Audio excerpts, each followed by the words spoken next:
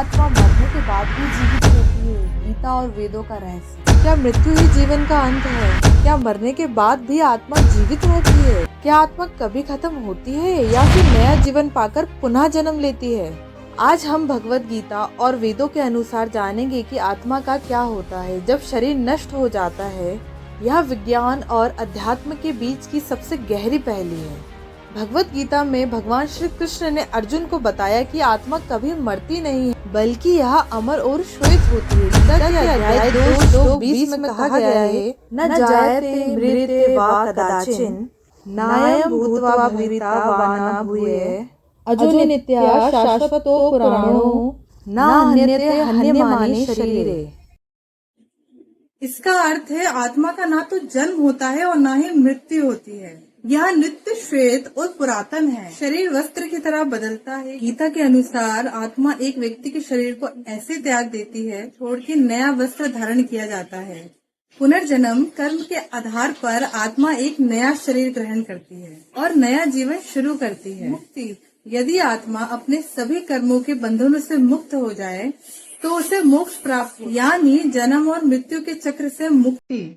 ऋग्वेद और उपनिषद में भी आत्मा के अमर होने का उल्लेख किया गया है। ऋग्वेद के अनुसार आत्मा ब्रह्म यानी स्वच्छ ऊर्जा का अंश है और इसे किसी भी भौतिक शक्ति से नष्ट नहीं किया जा सकता। छंदोग्य उपनिषद तत्वमसि अर्थात आत्मा और परमात्मा एक ही है। बृहदारण्यक उपनिषद मृत्यु के बाद आत्मा अपने कर्मों के अनुसार एक नया शरीर धारण करती है। यानी वेदों के अनुसार भी आत्मा कभी समाप्त नहीं होती, यह अनंत यात्रा करती रहती है। अब सवाल यह उठता है कि विज्ञान भी आत्मा के अस्तित्व को मानता है।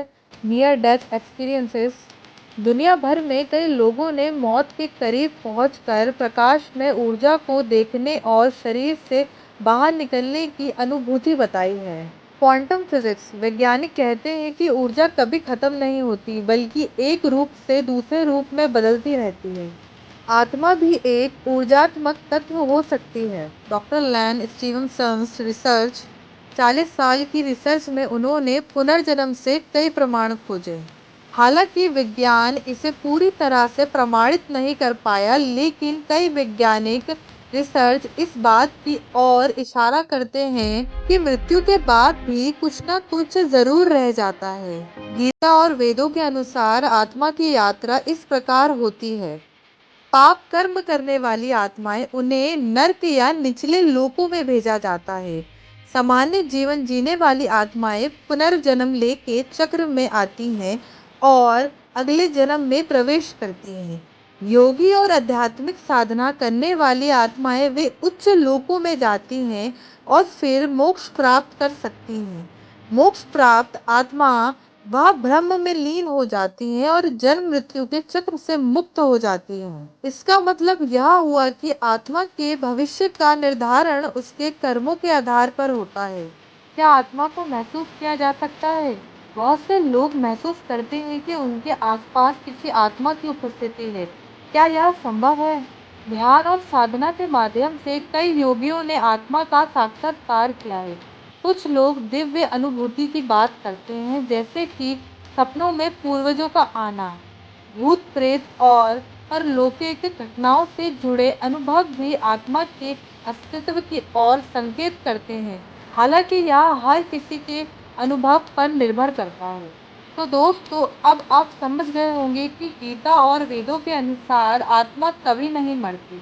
शरीर नष्ट हो सकता है, लेकिन आत्मा अपनी यात्रा जारी रखती है। अब आप बताएं, क्या आपको आत्मा के अस्तित्व पर विश्वास है? क्या आपने कभी ऐसा कोई अनुभव किया है?